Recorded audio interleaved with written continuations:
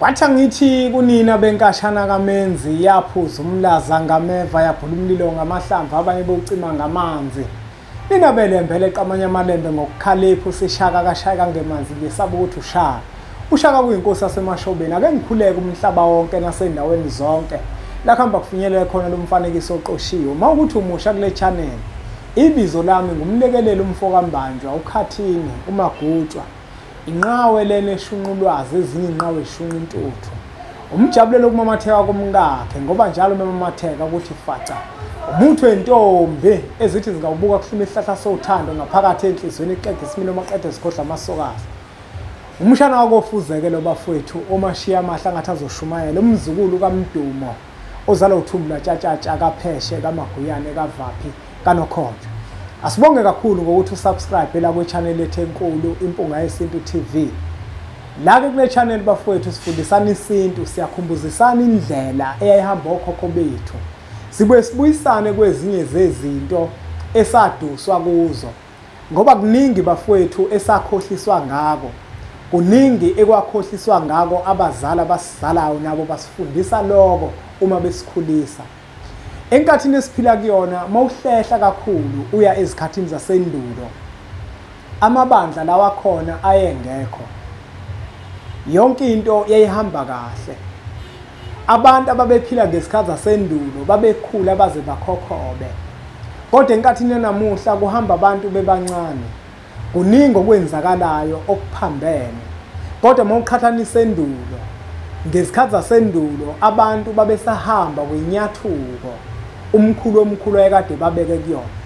Ngesikhathi zasendulo abantu ababephila khona babeqonda ukuthi umkhulu omkhulu njengoba ebadalile waphinde wabadalela imvelo ukuba baxhumane nayo, bazixhumanise nayo, bakwazi ukuyisebenzisa ukulungisa izinto ezithile.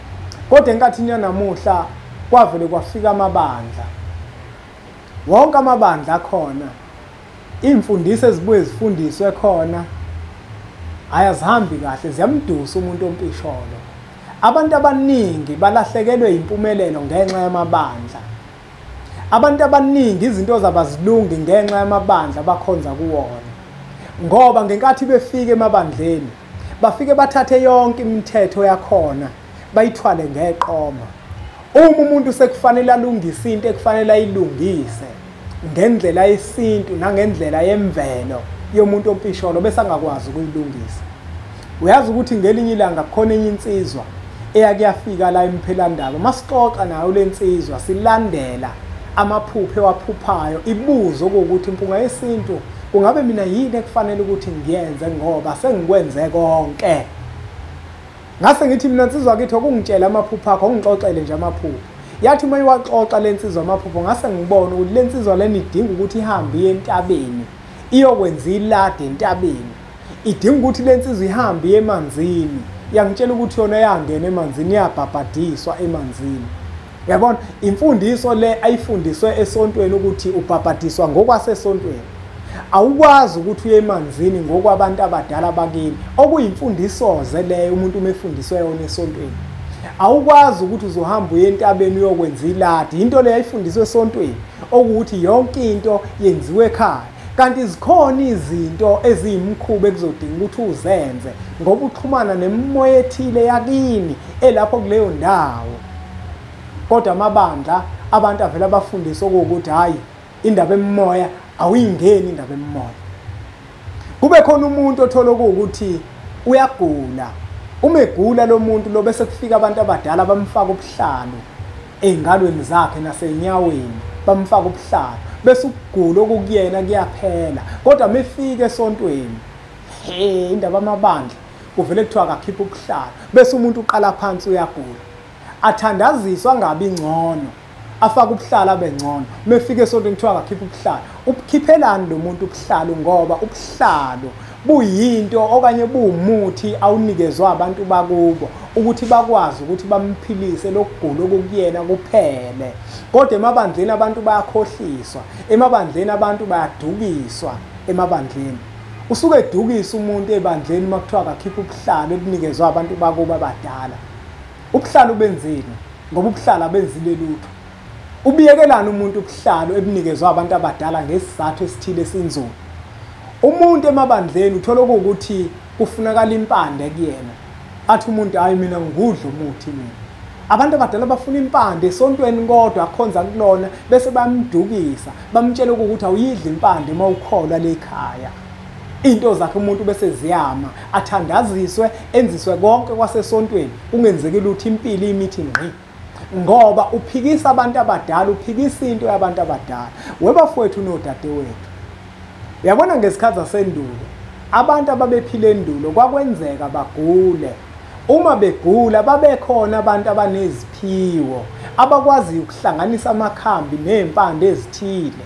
Agqume lowo muntu uma kufanele agqume, ageze uma kufanele ageze ngomuthi okanye ngempande ezithile. Achathe uma kufanele achathe bese lowo muntu uyasinda.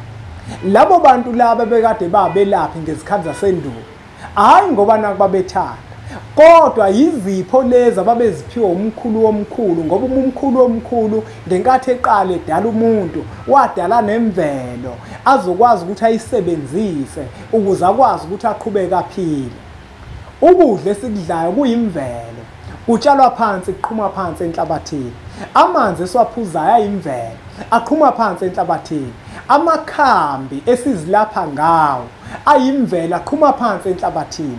Umkhulu omkhulu wakudala konke lokho. Akubona bonke abantu abanesiphiwo sokuhlanganisa amakhambi, kodwa bakhona abaphiwe ukuthi bakwazi ukuhlanganisa amakhambi. Yiziphiwo lezi abaziphiwe umkhulu omkhulu. Ngike ngidabukeke mina emabandleni makuthiwa umuntu akavumelekile ukuthi asebenzise amakhambi.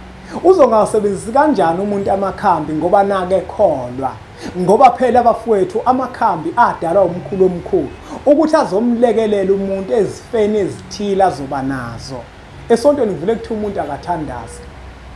Abangakhohliswa abantu bafowethu, abangakhohliswa abantu. Akekho umuntu ongathi ephile emhlabeni kuthiwa uzothandaza kuphela. Ikhona into umthandazo ongeke ukwazi ukuyixazulula, ezodinga ukuthi ixazululeke ngaleyo ndlela umkhulu omkhulu adala ngayo ukuthi ixazululeke ngayo. Abelaphi bendabuko bafowethu bakhona abaneziphiwo abaphiwa abantu abadala nomkhulu omkhulu. Ukwelapha abafowethu umkhulu omkhulu yinto ayigunyazile leyo. Akukona ukuthi umuntu umelapha ngokwesinto esebenzisa amakhambi lowo muntu loyo akahlanzekile akahlambulukile. Umuntu usona yena isikhwama sakhe ngokuthi afake izinto ezingcolile kuso. Kodwa umuntu umekuphiwa ukwelapha ekwazi ukuhlanganisela amakhambi ukuthi uphile wena njenganomuntu, ayikho inkinga lapho. Noma kuthiwa uyakholwa kubalulekile ukuthi uye kulowo melaphi wendabuko akunikeze lelo khambi lelo ukuze ukwazi ukuthi uphile. Iqiniso lelo engilikhulumayo. Abantu abaningi abakholwa iqiniso abasalifuni. Iqiniso ke vele liyintandane ladala labaloda kwabo. Uyazi ngelinye ilanga khona intshumayelo engangayizwa. Kuthiwa kwakwafika umuntu kuShembe ubhombela isitimela samaMpondo. Umletheni kaNomadina nazonke ziye zithi mlethe inkunzi ehlaba ezinye ematshebeni. Umlamula inkunzi engabe yaziyeka zibulala. Kuthiwa lo muntu umefika uyagula. Yagula kakhulu, ugulela ukufa. Umefika kubhombela uzocela ukuphila. Wathi umecela enkosini yamakhosi ecela ukuphila yabisithi inkosi yamakhosi cha mntanami. Thina boShembe lokufa kukwena ngeke sikwazi ukuqeda. Kodwa umuntu oqeda lokufa kukwena usemncane usakhula njengamanje. Uyothi umesekhulile kohamba isikhathi amukele isikhwama sokunyanga bakubo. Uyenako uyokwazi ukuthi akoyilaphe lokufa kokuphethe. Lo muntu wabonakala manje ukuthi angathi useyalilahla ithemba umeze inkosi yamakhosi ikhuluma kanje. Yabisithi indlamhlathi kaMayeki sathi into esingayenza kuwena mntanami ukubamba umphefumulo wakho ukuthi ungaphumi ukuze kushaye isikhathi sokuthi lo mntwana lo akhule abemukele lobunyanga bakubo bese uyakwelapha. Uthini-ke wena? Waphinda futhi wathi umebhala wathi amathalente neziphiwe makusetshenziswe nguwe Nkosi. Ubhombela isitimela samaMpondo njengoba wayethi kulo muntu umuntu oyokwazi ukuthi alaphe lokugula okuwena usakhula njengamanje kohamba isikhathi amukele isikhwama bese kubo yena okulapha lokufa. Njengoba nje emiyalela lo mntwana lo osakhula, lo mntwana unesiphiwo asiphiwe uyena uNkulunkulu asesisebenzisa umkhulu omkhulu ukwelapha umuntu wakhe. Uma wena uzothandaza ucela ukuthi ukufa kokuwena ucela kuphela. Emva kwaloko ngakusasa sesihlangana nawe mhlambe eTexini sengithi mina wendoda, uyazi ukuthi uma unelumbo mina nginembizo okuchatha ezokwazi ukuthi kushaye iqede lelo lumbo.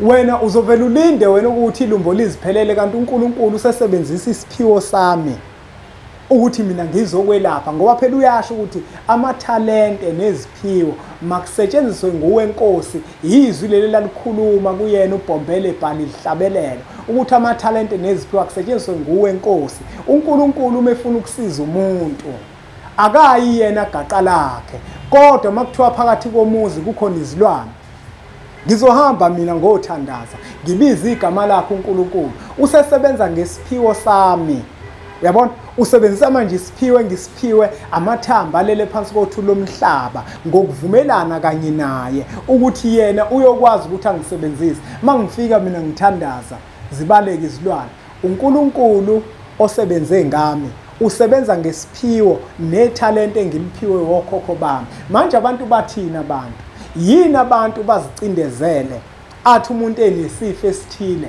ikhona imbiza yokulapha leso sifo, bese nathi yena hayi mina ngiyikholwa elikhulu aqhubeka athandaza. Awuboni ngani ukuthi uzofa? Kunini wawukade uthandaza leso sifo sakho singapheli?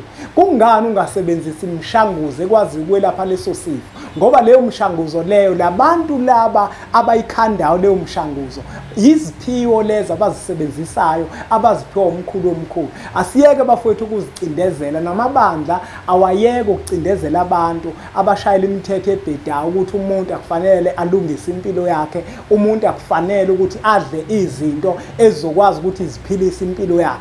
Imishanguzo ekhona bafowethu yadalwa umkhulu omkhulu. Angawageqa amagula ngoba ngemuki. Isifundo sethu sanamuhla besithi emabandleni basobhe emabandleni ukuthi bangakudukisi. Abantu abaningi bahleli phansi kuma wheelchair balahla iziphiwo zabantu abadala ngenxa yamabandla. Abantu abadala bashaya. Abantu abaningi bahleli kuma wheelchair balahla iziphiwo zabantu abadala ngenxa yamabandla. Bashaya abantu abadala abakwazi ukuhamba namhlanje. Abantu abaningi abasebenzi bafuna imisebenzi, babambelele kakhulu ekuthandazeni. Kanti umuntu kufanele adle impande nje ayidlela ikhehle elithile likhululeke la likhona, bese lona liyakwazi ukuthi lidedele izinto zakhe. Izinto zakhe umuntu zibanjwa abantu abadala ngokuthi yena usebambelele kakhulu enkolweni, abakucela abantu abadala akasakwazi ukubagcinela kona. Kanti umkhulu omkhulu wayenza ngamabomu impilo yomuntu ukuthi inqike enkomo kwabangasekho, ngoba abangasekho bahamba benamacala emhlabeni abangakwazi ukuthi bazithethele wona, abadinga wena ophile enyameni. Njengaloko nawe wena ophile enyameni udinga umuntu ongasekho ukuthi izinto zakho zikwazi ukuthi ziye phambili. Kabolivumi isonto likwenzisa into oyibonayo nawe ukuthi lento izokuqhatha nokhokho bakho, lento izokwenza ukuthi izinto zakho zingayiphambili.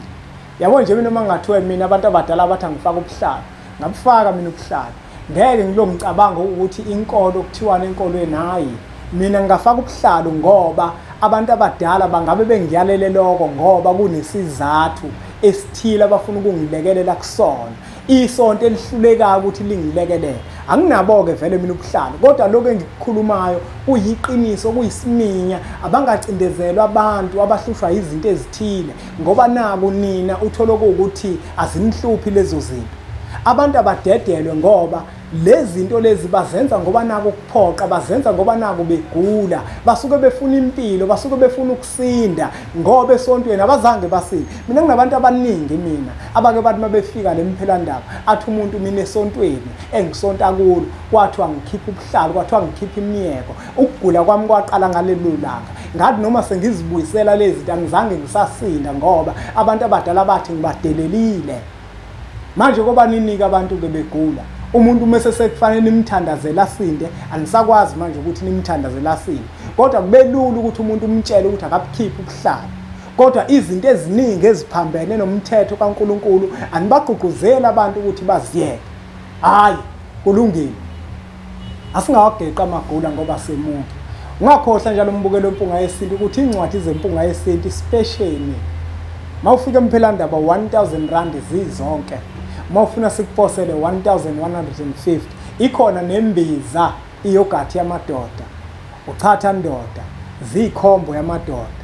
Siyakwazi ukuthumelela zona 450 ikhona nembiza abantu abahlushwa kakhulu ushukela no-BP, izinso njalo njalo, nedliso, umuntu onedliso nelumbo, ukhona uphawoda, ikhona futhi nembiza izokwazi ukukulekelela. Uyeke ukuthi wena uyasonta la, sikhuluma ngempilo yakho kade wawuthandaza nawe kodwa ledliso lakho aliphumi, lelumbe likuwena lipheli. Zama-ke manje ukuthi usukume ufuna abantu abanemishanguzo, ungabanjwa inkolo, inkolo ingabi udonga kuwena. Umkhulu omkhulu, yabona uShembe mina ngiyamthanda ngoba uShembe ufuna abantu abahlakaniphile. Ufuna umuntu uShembe owelusa, owaziyo ukuthi uma inkomo zingene ensimini yomuntu kukhona isidaka la, ungena khona udakeni unqande inkomo uzikhiphe bese wehlikela ngezansi komfula ugeza izinyawo, ungasabonakali nasekhaya ukuthi uke wangena esidakeni uwelele ensimini ethile kade uyonqanda inkomo sezidla umbili bese wehlela nje emfuleni ugeza izinyawo. Akulungile bafowethu, asiwuthathe umfanekiso oqoshiwe siwudlulisele kwabanye abantu ngoba nakubona uzoba usizo olukhulu. Bese sithi nje impunga.